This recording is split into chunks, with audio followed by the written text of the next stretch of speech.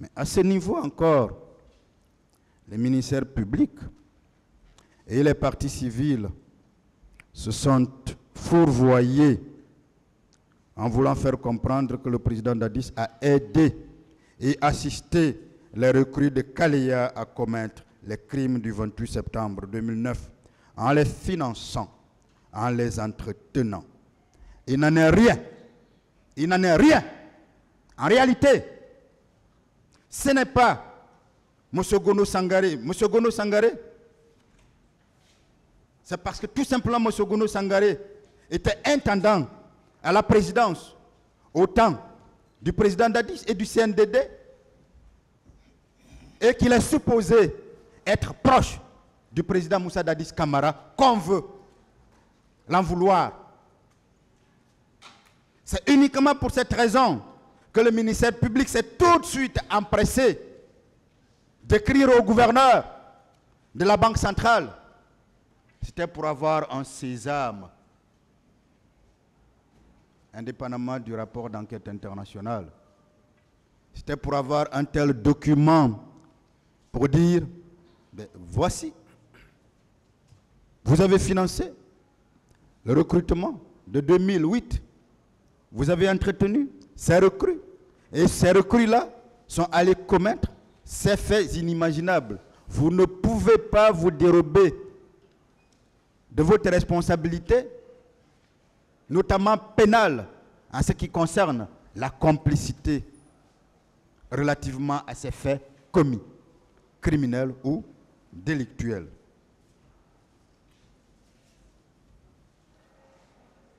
Mais puisque ces noms ont été prononcés ici dans cette salle par le commandant Aboubakar Diakité, ben c'était normal. C'était vraiment normal que ce soit pris pour évangile. Parce que quand ça vient de lui, c'est de l'évangile. C'est presque de l'évangile. Mais quand ça vient du président Moussa Dadis Camara, le ministère public fait la sourde oreille et ne bouge pas. De toutes les façons, il est plus sourd, celui qui ne veut pas entendre. Je l'ai dit, je l'ai déjà dit, je l'ai fait remarquer dans cette salle, Monsieur le Président, dans ce temple de Thémis. Mais comme je l'ai dit et fait remarquer encore dans cette salle d'audience, dans ce temple de Thémis, la vérité finit toujours par triompher. Parce que la vérité finit toujours par triompher. Elle suit la voie. Et une voie, c'est un processus. Oui, la quête de la vérité, c'est un processus. La quête de la vérité judiciaire, c'est un processus. La quête de la vérité historique, c'est un processus. C'est pour ça que nous sommes là depuis les débuts. C'est pour ça que ce procès a connu plusieurs phases.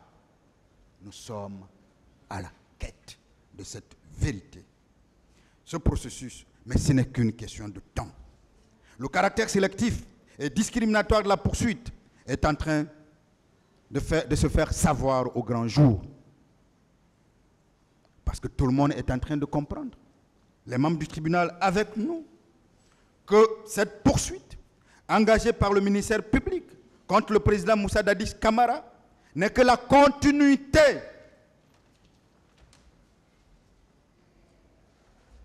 de l'inculpation, de son inculpation pour des raisons politiques dont j'avais parlé, de son maintien en détention depuis environ 15 ans, depuis le 3 décembre, pour des raisons politiques. J'ose croire que votre tribunal, dans l'entièreté et la plénitude de sa composition, tirera les conséquences utiles que de droit. Mais toutes les conséquences utiles que de droit,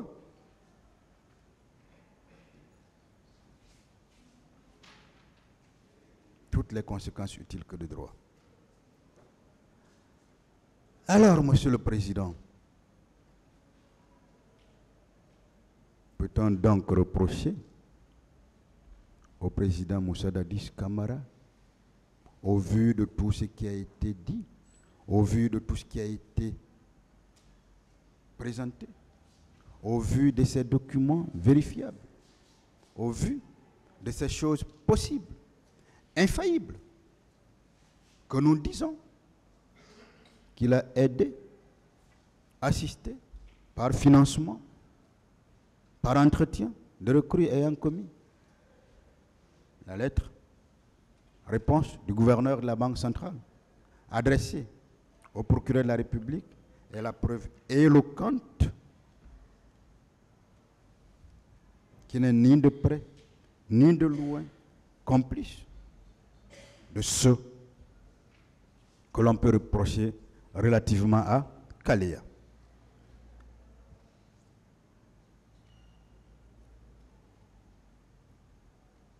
Je veux donc passer à la dernière infraction,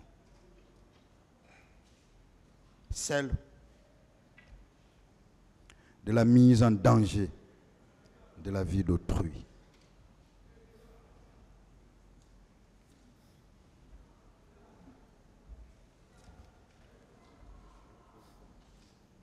Monsieur le juge président,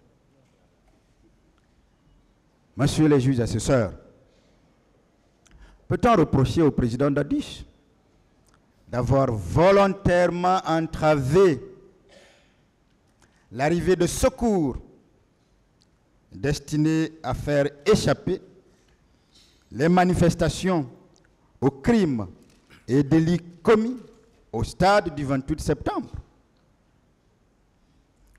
Peut-on valablement et juridiquement, au-delà de tout doute raisonnable, reprocher, prouver que le président Moussa Dadis Camara a entravé ou a entravé l'arrivée de secours en mettant la vie de ses compatriotes en danger? L'ordonnance de renvoi a visé pour ce cas l'article 297 du Code pénal. Que dispose cet article? Le fait d'entraver volontairement l'arrivée de secours destiné à faire échapper une personne à un péril imminent ou à combattre un sinistre présentant un danger pour la sécurité des personnes est puni d'un emprisonnement de 1 à 3 ans et d'une amende de 500 000 à 5 millions de francs guinéens. Première remarque, sur la forme, il s'agit d'un délit. Il s'agit donc d'un délit reproché au président Moussa Dadis Camara. Il s'agit d'un délit qui, s'il était isolé, serait porté devant un tribunal correctionnel. Mais puisque qui peut le plus, peut le moins, le juge criminel que vous êtes, qui examinez des faits criminels plus graves, aviez donc la possibilité d'examiner un délit qui est donc porté devant vous dans ce cadre-là. Toujours sous la même forme, Monsieur le Président, mes confrères qui m'ont précédé avaient déjà parlé de prescription. Le dernier acte posé dans ce dossier-là a été l'ordonnance de renvoi qui vous saisit, l'ordonnance de renvoi, l'ordonnance de requalification et de non-lieu partiel qui vous saisit, laquelle ordonnance a été prise le 29 décembre 2017. Depuis cette date, aucun acte ni suspensif, ni interruptif n'a été posé dans ce dossier.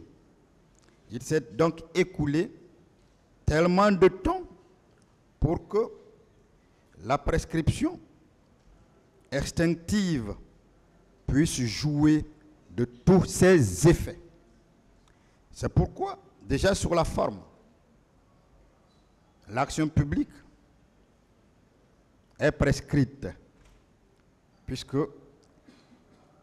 elle se prescrit en 5 ans. J'espère que je ne me trompe pas, ou 3 ans. Alors, Monsieur le Président, ceci dit, nous, de la défense du président Dadis, nous l'avons rappelé hier, nous ne nous cachons pas derrière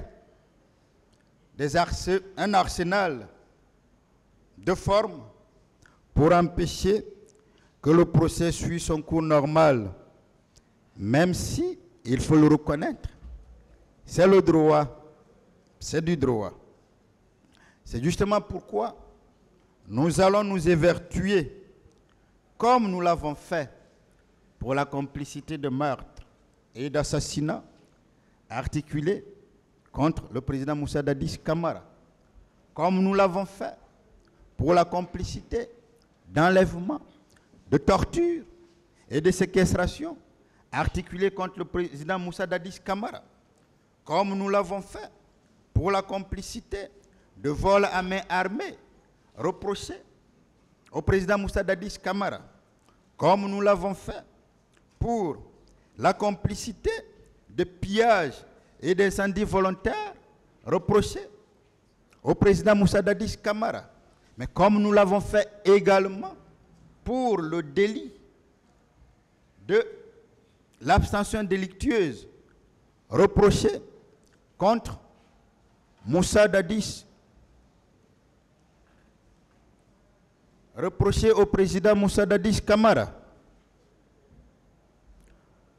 Nous allons donc nous évertuer à démontrer que cette énième litanie d'infractions reprochée au président Moussa Dadis Camara ne peut tenir debout, que cette énième litanie d'infractions n'est que de la construction sur du sable. Rappelez-vous que lorsque vous construisez sur du sable, vous faites un château de cartes, parce que cette construction va s'écrouler. Elle va s'écrouler à tout moment. Et si vous ne faites pas attention, vous vous écroulez avec la construction elle-même. C'est donc pourquoi, Monsieur le Président, nous allons d'abord vous dire de manière très simple ce que c'est que la mise en danger de la vie d'autrui. Il y a donc une personne qu'on va appeler un agent pénal qui est présente, qui a des possibilités de sauver ou d'intervenir pour faire dissiper tout risque pouvant mettre la sécurité d'une autre personne, pouvant compromettre la sécurité de cette personne, mais qui, malgré ses moyens, n'agit pas pour tirer la personne de ce danger. L'infraction de mise en danger d'autrui, Monsieur le Président, implique que certaines conditions soient réunies. Mais avant de parler de ces conditions, on veut situer le contexte. Dans ce procès, il faut que l'on comprenne que personne, mais je dis bien personne, n'a déclaré ici avoir été en danger de manière imminente en présence du président Moussa Dadis Camara, et ce dernier ne lui est pas venu en aide, et que ce dernier l'a laissé en danger. Les secours qui sont allés au stade du 28 septembre, c'était d'abord la Croix-Rouge. Le général ou l'ancien chef d'état-major, général des armées, vous a clairement expliqué l'appel qu'il a reçu. L'appel qu'il a reçu d'une dame qu'on ne connaît pas, puisque lui-même n'a pas décrit qui était cette dame-là. On a eu comme l'impression que lui-même ne connaissait pas cette dame-là. Mais à partir du moment où cette dame avait demandé de l'aide, il vous a dit avoir agi en conséquence. Cette dame, ou la Croix-Rouge, n'a jamais indiqué ici avoir été empêchée pour secourir ceux-là qui étaient en danger. D'ailleurs, la Croix-Rouge est allée après. Elle est allée pour ramasser les corps. À ce niveau,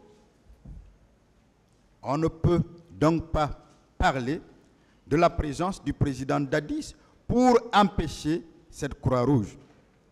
Deuxièmement, on n'a jamais démontré ici qu'un ministre du président Moussa Dadis Camara est de manière évidente et au-delà de tout doute raisonnable à empêcher des secours sur ou insurrection ou provocation ou même en agissant pour le compte du président Moussa Dadis Camara.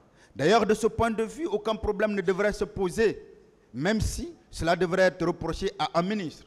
Parce que tout simplement, là, il est poursuivi au principal. Il est donc poursuivi comme auteur principal, pas comme complice. Dès lors, si quelqu'un a agi comme cela, sa responsabilité pénale, qui doit rester et demeurer individuelle, personnelle, ne pourrait se greffer ou être transportée encore une fois sur les épaules ou sur la tête du président Moussa Dadis Camara. C'était important de fixer ce contexte. Je disais à Monsieur le Président que l'infraction de mise en danger de la vie d'autrui implique que certaines conditions soient réunies, liées premièrement à la situation de la personne mise en danger, deuxièmement à la situation de l'agent pénal, troisièmement à la faute, quatrièmement au lien de causalité entre la faute et le danger.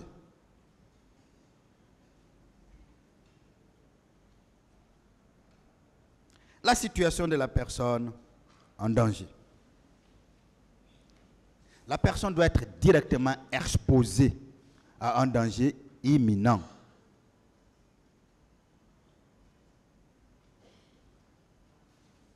On me dira que les événements du 28 septembre 2008, passés au stade éponyme, ont mis la vie de nos compatriotes en danger.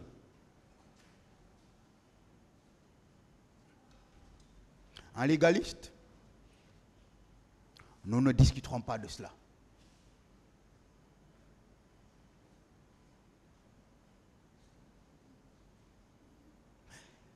Mais la deuxième condition, c'est la situation liée à l'agent pénal. Cet agent pénal doit être présent. Cet élément physique est nécessaire pour que sa responsabilité soit engagée, pour que sa responsabilité pénale soit engagée. Ici, qui est l'agent pénal? L'agent pénal, c'est la personne poursuivie pour le fait incriminé. Ici, l'agent pénal, c'est le président Moussa Dadis Camara. Était-il au stade, Monsieur le Président? Était-il au stade, Monsieur le Président? La réponse a été détaillée ici. Mais nous, revenons là-dessus pour clore ce chapitre. Il est constant. Il est acquis, puisqu'on aime le dire au niveau des partis civils. C'est pas ce qu'on appelle acquis au débat. Il est donc acquis que le président Moussa Dadis Camara était le matin du 28 septembre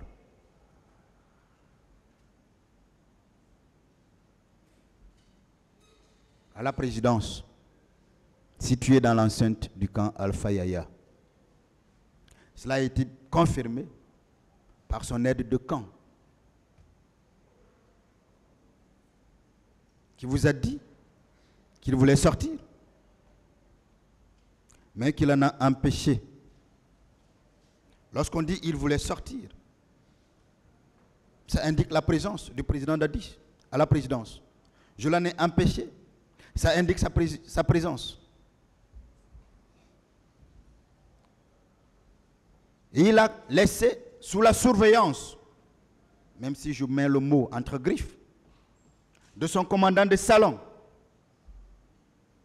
Monsieur Mohamed Condé alias Escobar. Monsieur Mohamed Condé alias Escobar est venu vous dire ici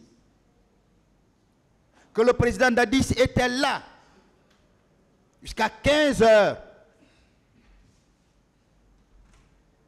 Pouvait-il être à la présidence, dans l'enceinte du camp Alpha Yaya Diallo, et être en même temps au stade? C'est un peu comme pour dire être à la fenêtre et se regarder passer dehors. Cette phrase n'est pas de moi, elle est de Sigmund Freud. Peut-on être à la fenêtre et se regarder passer dehors? Peut-on être au point A et être en même temps au point B? Peut-on être en même temps à Conakry et être en même temps à Abidjan? L'être humain a-t-il la capacité de se dédoubler et de devenir deux? Espérons que la science nous aide à aller dans ce sens-là, pour qu'au moment où je vous parle maintenant là, que je sois à même de pouvoir aussi plaider un dossier ailleurs. Mais en attendant, c'est une impossibilité absolue. Il est donc constant que le président Dadis était à la présidence. Mais on vous a dit ici qu'il était allé à Marokana. On vous le dira d'ailleurs peut-être après. Moi, je ne me fie pas des déclarations sur Facebook, des déclarations sur les réseaux sociaux. Je vais vous dire quelque chose, Monsieur le Président, Monsieur les assesseurs. Vous savez ce qui faisait la valeur des assises, et ce qui continue encore dans certains autres pays, notamment anglophones, c'est que lorsque de tels procès commencent, les juges et les jurés s'enferment et ne sortent pas jusqu'à la fin. Mais aujourd'hui, c'est quasiment impossible. Facebook est né en 2004. Depuis, ce qui se passe aujourd'hui en Guinée est vu au même moment. On ne devrait pas vous priver de vos téléphones. Vous avez d'ailleurs besoin de certaines recherches. Mais tant que vous êtes ensemble, tant que vous avez des téléphones, vous saurez ce qui se passe sur les réseaux sociaux. C'est pour ça qu'aujourd'hui, on ne vous dit plus de vous enfermer, à part les moments de délibération. Et même là encore, c'est pour ça, parce que la vie évoluant, la justice évoluant aussi, devrait s'adapter à cette évolution, à cette vie. Donc, on viendra vous dire qu'on a appris sur Facebook par un certain, d'abord j'oublie même son nom, que le président était sorti par un certain qui s'est réclamé être agent secret, mais qu'on ne connaît pas. Vous ne le connaissez pas. Nous ne le connaissons pas. Le parquet ne le connaît pas. Les parties civiles ne le connaissent pas. Et il n'a jamais été appelé ici, à la barre de cette audience, pour déposer. On ne sait même pas qui il est. Et d'ailleurs, de recherche en recherche, on a même vu les photos d'un Congolais de la RDC décédé depuis très longtemps.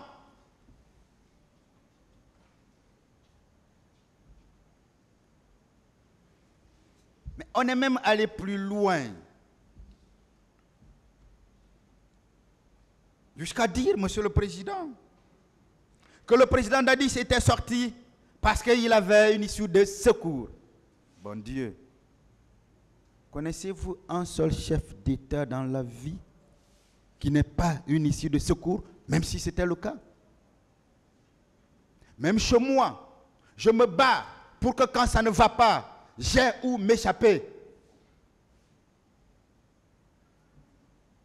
La partie qu'il a dit, à travers naturellement ses avocats, puisque ses avocats nous ont fait comprendre ici que c'était une première nouvelle pour elle-même. Mais pensez-vous que si cette affaire-là, si cela était vrai, l'aide de camp ne l'aurait pas su et ne l'aurait pas dit ici, devant tout le monde, avant même que ses avocats ne passent? Parce que ce n'est pas possible.